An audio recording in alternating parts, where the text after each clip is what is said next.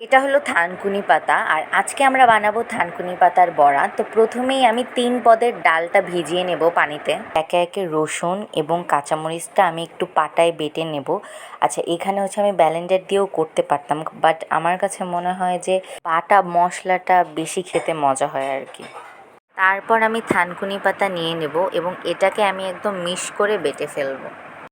একটু সুন্দর মতো মিক্স করে ফেলেছি। এরপর আমি ডালগুলো নিয়ে নেব এবং এগুলোকেও সুন্দর মতো একদম মিক্স করে ফেলবো।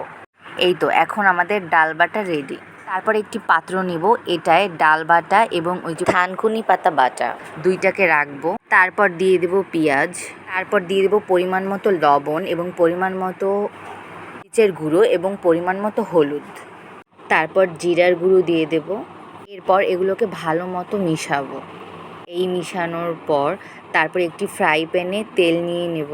তারপর বড়াগুলোকে একে একে গরম তেলের মধ্যে ছেড়ে দেব। আমি একটা কথা বলি, চুলার আঁচ খুব বেশি বাড়াবেন না, আবার খুব বেশি কমাবেন না। এই তো এরপর আমি আস্তে আস্তে করে একটা একটা করে উল্টাবো।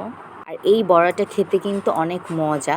আর এই বড়াটা একটু কড়া করে ভাজবেন, তাহলে বড়াটা খেতে আর কি বেশি মজা হবে। আমাদের ভাজা কিন্তু একদম প্রায় শেষ, এখনই আমরা এটা নামিয়ে ফেলবো।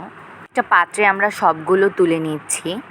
আমি বলবো সবাই একবার হলেও এই বড়াটা একবার ট্রাই করবেন। বড়াটা সত্যিই অনেক খেতে মজা। এটা হলো থানকুনি পাতার বড়া। এই তো আমাদের ফাইনাল লুক। ভালো লাগলে একটি লাইক করবেন।